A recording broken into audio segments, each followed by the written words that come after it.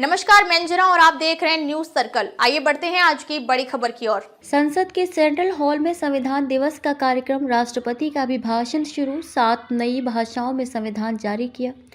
देश में आज संविधान दिवस मनाया जा रहा है। इस अवसर पर संसद के सेंट्रल हॉल पर कार्यक्रम आयोजित किया गया है। समारोह की अध्यक्षता राष्ट्रपति कर रही हैं। कार्यक्रम में उपराष्ट्रपति, प्रधानमंत्री, लोकसभा अध्यक्ष, केंद्रीय मंत्री और दोनों सदनों के सांसद इसमें शामिल हैं। लोकसभा अध्यक्ष और उपराष्ट्रपति ने सभा को संबोधित किया है, जिसके बाद अब राष्ट्रपति अभिभाषण दे रही हैं और संविधान की प्रस्तावना भी पढ़ेंगे। इस दौरान संविधान को 9 नई भाषाओं में जारी किया जाएगा। साथ ही संस्कृति मंत्रालय की स्मारिका भारत के संविधान से कला और कैलीग्राफी के हिंदी संस्करण का विमोचन भी होगा। भारत का संविधान अब 9 नई भाषाओं मलयालम, मराठी, नेपाली, पंजाबी, बोडो, कश्मीरी, तेलुगु, उड़िया और असमिया में जारी किया गया है। इससे देश के ज़्यादा लोगों को अपनी भाषा में संविधान पढ़ने और समझने में मदद मिलेगी। राष्ट्रपति द्रौपदी मुर्मू ने कहा, संविधान दिवस के इस ऐतिहासिक अवसर पर आप सभी के बीच उपस्थित होकर मुझे बहुत खुशी हो रही है। 26 नवंबर 1949 को इसी केंद्रीय कक्ष में संविधान सभा के सदस्यों ने भारत का संविधान तैयार करने का काम पूरा किया था। इसी दिन हम भारत के लोग ने अपने संविधान को अपनाया। स्वतंत्रता मिलने के बाद संविधान सभा ने अंतरिम संसद का काम भी किया।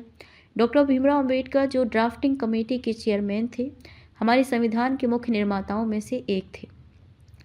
राष्ट्रपति द्रौपदी मुर्मू ने संविधान के अनुवादित संस्करण को 9 भाषाओं में जारी किया। इनमें मलयालम, मराठी, नेपाली, पंजाबी, बोडो, कश्मीरी, तेलुगु, ओडिया और असमिया शामिल है। इस पहल के बाद अब भारत का संविधान इन भाषाओं में भी उपलब्ध होगा, जिससे अधिक लोग अपनी भाषा में संविधान को पढ़ और समझ सकेंगे।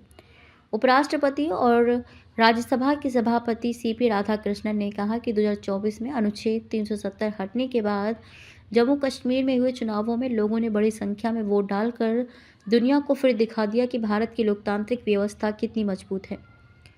उन्होंने कहा कि हाल ही में हुए बिहार चुनावों में भी भारी मतदान हुआ।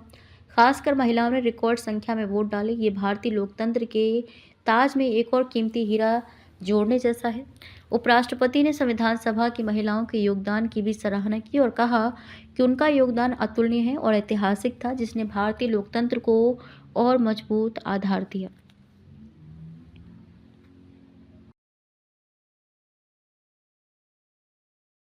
अब तक के लिए बस इतना ही। फिर मिलते हैं एक ऐसी ही बड़ी खबर के साथ। तब तक के लिए नमस्कार और देखते रहिए न्यूज सर्कल।